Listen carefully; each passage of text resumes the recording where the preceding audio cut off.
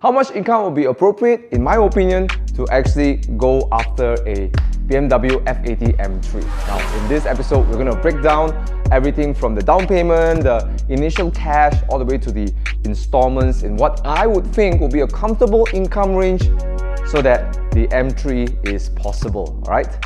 Now, before I start, I want to say I'm not a financial planner, a professional one. So if you need financial advice, please seek a professional financial planner.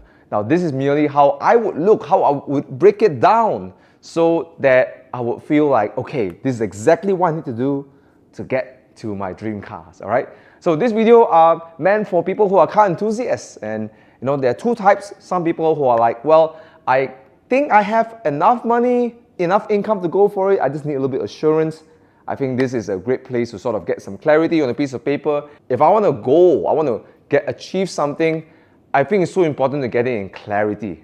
Otherwise, it's just a dream, right? Now that you have clarity, you know exactly how much you have to earn, how much you have to bump up your income. Now it becomes a plan. You need to have it in clarity so that it's achievable, all right? So one thing why I do this video is because I want to inspire my car community to go and pursue the car of their dreams and to help them see that, hey, it's actually possible. It doesn't have to be a dream. It can be a plan and then a reality, all right?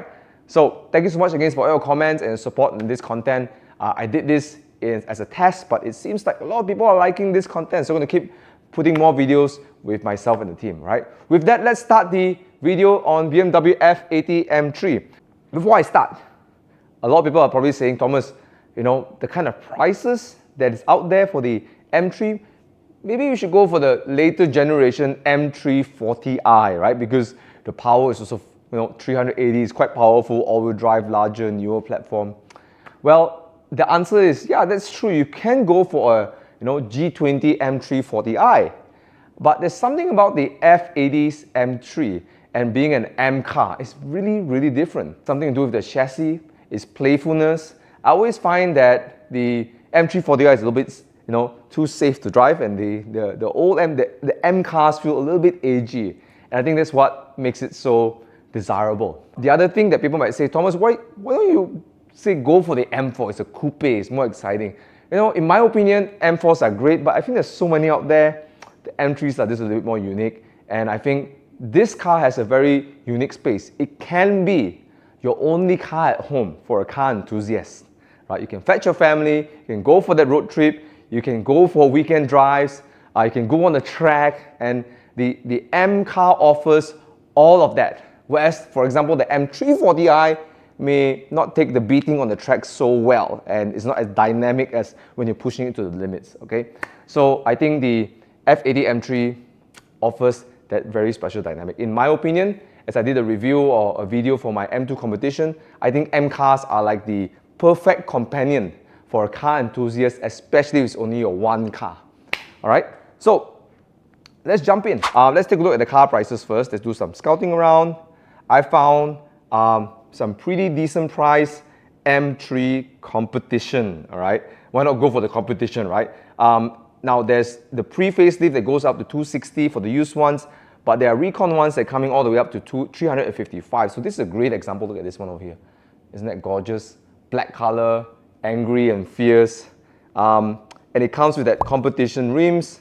I'm not so much of a fan on it, but let me know in the comments, what do you think about the rims? And the other thing I like about this engine, the S55, is extremely robust under high loads and putting on track and stuff. So that's another advantage on this engine. Okay, car price. So as we saw, based on that great example, let's see if I can use a green pen. It's 355,000. Of course, you're going to try to negotiate the price down a little bit, but it's a little bit on the high side. But again, if it's your only car, I think that's great. And the other thing about the M3 is because it's a 4-door, you can take a loan up to 90%. So your down payment is only 35,000, right? Whereas if you go for something like a Cayman, looking at 100K, and above, or Boxster, or M4, even a 280,000 M4, you're still going to pay a big chunk up front for 30% down payment. It's probably like 70,000, something like that. This is way lower. That's the other opportunity that comes when you take the M3 4-door, okay? Administrations and repair we get from recon dealers or used cars, they usually almost always have a sort of fee that's absolutely normal. So I'm going to say between 1,500 to 2,000, you know, and then plus repairs. Okay, now I'm going to add that on top of the repairs. Again, this is something you can negotiate with your dealer. If there's something off with the car in your pre-purchase inspection, you can negotiate and see they can get it sorted out before they deliver the car for you, or maybe you can negotiate a lower price on the car. But the most important thing about this is that you need to make sure you are certain about the car's condition, right? And I know I'm going to say this multiple times, and I've said it in other videos, it's condition, condition, condition. Your car's condition is most important. Sure, mileage low will be great, you know, nice condition, the exterior will be nice, but everything else, the engine, the gearbox, the steering rack, the suspension, brakes, you want to make sure all those are either in great condition or you know exactly what condition it is, because it will tell you and further inform you of your expenses coming down the road, okay? So get your car to a pre-purchase inspection. So big shout out to Evo Malaysia's recommended workshops. They can do pre-PI or pre-purchase inspections if you don't know where to go, right? So this is like for most people, if they don't know where to go, this is your generic spots you can go to. I'll put the link in the description below. You can find out workshops all over Malaysia, right? And here's the best part is that after the inspection, if you wish to purchase an extended warranty from Evo Club Warranty, you can do so. It is one of the only insurance out there that's partnered up with GMR, and GMR is also partnering up with RHB Insurance. So all the warranties are being underwritten by an institution, not a private thing. So you're protected, and I think it's more legit in that sense, all right? And I've used that, and it helped me so much in my M2 competition. When my ECU had an issue, they just changed it in my warranty, no issue at all, right? Admin 1,500 repairs. Let's say you gotta prepare 3,000 to 5,000 for some things that you want to repair. So I'm gonna say 5,000 ringgit, including the admin fee. I think that's a fair amount of money to anticipate using, okay? Road tax. On this topic, while I'm looking for the road tax, I'm looking for auto.my. It's one of the places I get my estimates, oto.my, right? And on this topic, of course, it's 3-liter twin turbo, and it comes out to be 2,130. Okay. Now, some people say, "Oh, avoid the high CC cars because the road tax is higher." In my perspective, or rather in the grand scheme of things, actually 2,000 ringgit per year is not too bad. You know, I mean, sure, we're really spoiled if you're coming from 1.5. You know, it's like below 100 bucks or 100 plus odd. We're really spoiled with that. But if you're going to have more performance, sometimes you got to pay a little bit more road tax. I think when it starts hitting 3,000, 4,000, 5,000, that becomes a little bit extreme. And look, if you're already be able to pay this kind of down payment, this isn't so much in the grand scheme of things, all right? Insurance, okay? Again, I like to go to auto.my, and I like to just jump on the insurance calculator. So I'm going to say my market price is approximately 350,000, all right? And it can be lower, but I'm just going to be conservative. And let's assume you got your 3-year NCD, so 38% discount, and the insurance payment is around 5,800. Now, on top of that, I'm not going to put 5,800 because I highly recommend for you to go for windscreen protection. And always, please, my dear Malaysians, we live in a tropical country. It rains a lot, and there is a chance. I don't wish this upon anyone, but what if you get in a flood or a tree falls in your car? Get that extra premium paid, get that extra coverage, for acts of God or flood and stuff like that, right? So rather than 5,008, I'm going to recommend that you top those things up, and becomes, let's say, it's around 6,500. Let's just say 7,000, right? Let's just be a little bit more conservative. How much cash would you need up front? That rounds to 49,000 ringgit. 49,630, okay? Yeah, that's the amount of money you need, okay? It could be higher, it could be lower, because if you can negotiate the car price down, your down payment goes down, your admin, if you can negotiate for them to repair certain things. This is just an estimate. It's like, if I'm going to go for this car, I'm going to be ready to fork out 50K, right? Now, because this is your only car, there is a high chance you might trade in your old car for this one over here. And that could be your old car. That's why I like the BMW M3, because you can have it as your only car. Alright, so for a lot of people, this is an easy transition versus buying another sports car. Right, this is something to note, in not just looking at the numbers, but the subjective matters as well. Okay, 50K. Either you have it in down payment, or you have it in cash, or you have it in a car value you're about to sell. Actually, if you own a Civic for a while, you could, let's say you own a 2015 Civic. If you paid off all your loan, you could sell the car for decent money with extra cash to spare to upgrade into a M car, right? It's pretty cool, huh? All right, let's get into the car loan side. So we're going to loan a total of 90%. Let's take a look. 335 minus 3550. That's 319.50.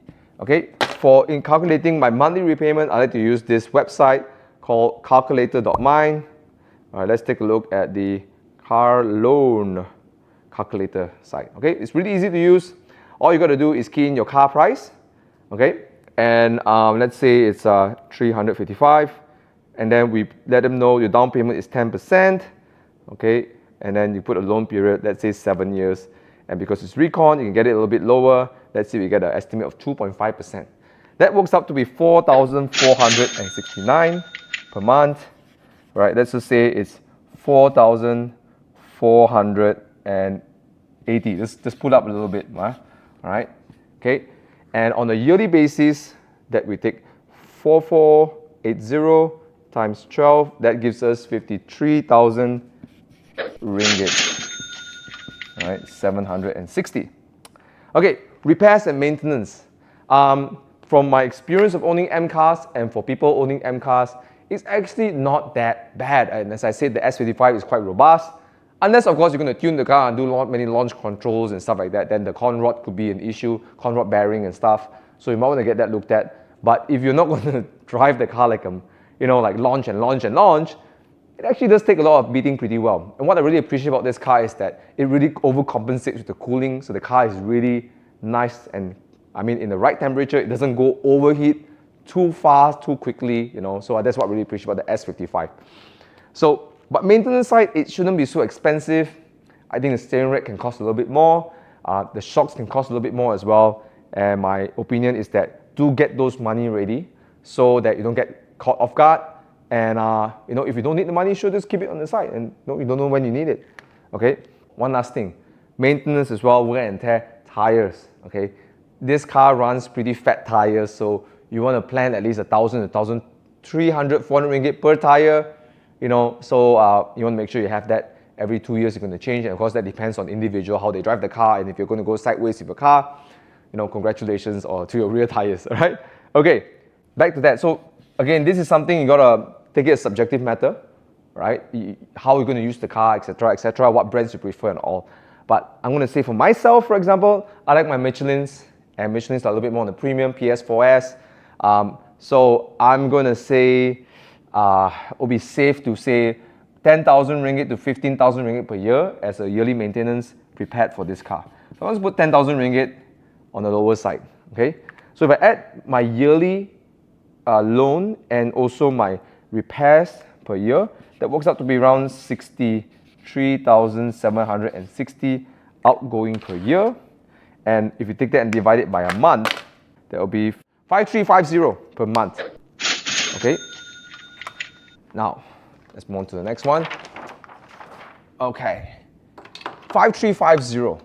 Okay, again, this is a estimate, right? It could be higher, it could be lower, but I like to always plan a little bit higher, so I'm being a bit conservative. I'm prepared for, if you spend less, good for you, but just get ready for a little bit more. The question is, how much income would I need to have for me personally to feel comfortable to acquire this car? Now, if it's my only car, and I wouldn't mind to stretch to 30% or 25% of my income to be spent on my car. And I say income, man, net income after you pay your taxes and stuff like that, right? It should be okay if it's my only car. But if I have multiple cars, maybe I want to go to 20%. And let's say you've got a lot of dependents on you, maybe you don't want to spend too much of your income on your car, right? But again, I'm going to say this so many times, one thing I like about the M3 is you can actually daily it. You can actually use it as your only car at home, your family, stuff like that, okay? If it's 20% of my income, right? 5350 divide by 20, multiply by 100. So you need 26,750 a month. And then if you're going to say it's 30% of your income, right? Divide by 30, multiply by 100. It's around, I'm going to round it up. So, okay. So if I'm earning anywhere between this amount, I think it will be comfortable to pull that trigger for me to pursue my M car. But again, for some people, it's like, that's a lot of money you're going to spend on the car. Well, it really depends on the individual. Look, if you are the sort of guy that says, no, car is just transportation, gets me to point A, point B, I don't want any more trouble, then the calculation is not for you. In fact, I'm going to recommend you to spend as little as possible, get the most safety, most reliable car, and just keep driving, okay? And second-hand value and stuff. But if you're a car guy, right, look, we got to value our time more than just money, right? Our time is also an opportunity for us to enjoy our life, right? After all, the time passed by, you can't get it back, right? So for some of you, you're like, okay, I'm in here, I'm willing to spend some money, I'm going to tank some depreciation, get the car that I love. I think the M3 is a car that's worth having, okay? So this is the range I would feel comfortable, right? 20,000, yeah, I think that's a nice number to look at.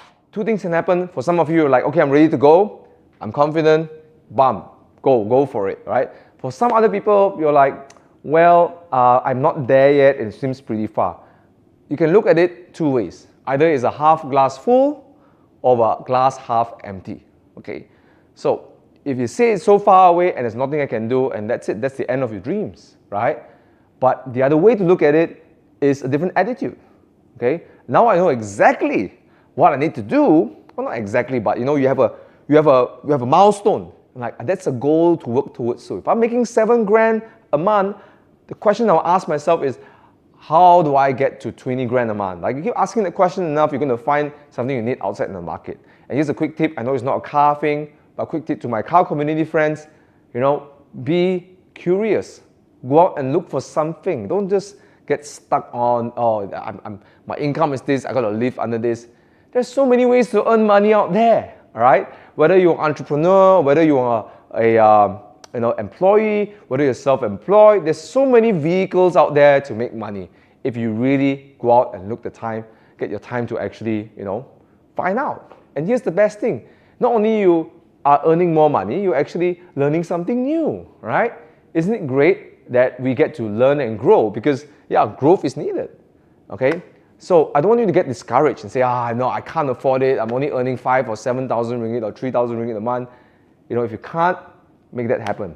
I remember once I was working in my hotel, I was an employee, I was driving a Honda City IDSI, right? And at that point, I look at the M3 and I say, I can't do it, and therefore I killed my dreams. But then when I said I needed it, I got to make it happen because this is the life I want, start looking outside there, right? So everyone starts with that, okay? There's a quote I want to share, which is this. Every master chess player used to be an amateur, right? So anyone who's achieved something, they used to have nothing, okay? So don't get discouraged, okay? Again, this video is to create some inspiration, some clarity, and to motivate you to pursue the car of your dreams, all right? So if you want to talk more to me, I'm on my Instagram, I hang out there, so send me a DM, we'll chat more over there, Thomas Yap Official, all right? Thank you so much for watching, guys. I hope you enjoyed this video, hope it gives you some inspiration. And one day, if you got in your car and it inspired you, do let me know in the comments or let me know on the Instagram or see you in one of the morning drives, right? And subscribe to my channel as well for more content like this in the future, vlogs, my car garage updates, and also other car videos, reviews, and appearances that we have, all right? With that, keep it 100%. Love you guys. Peace out.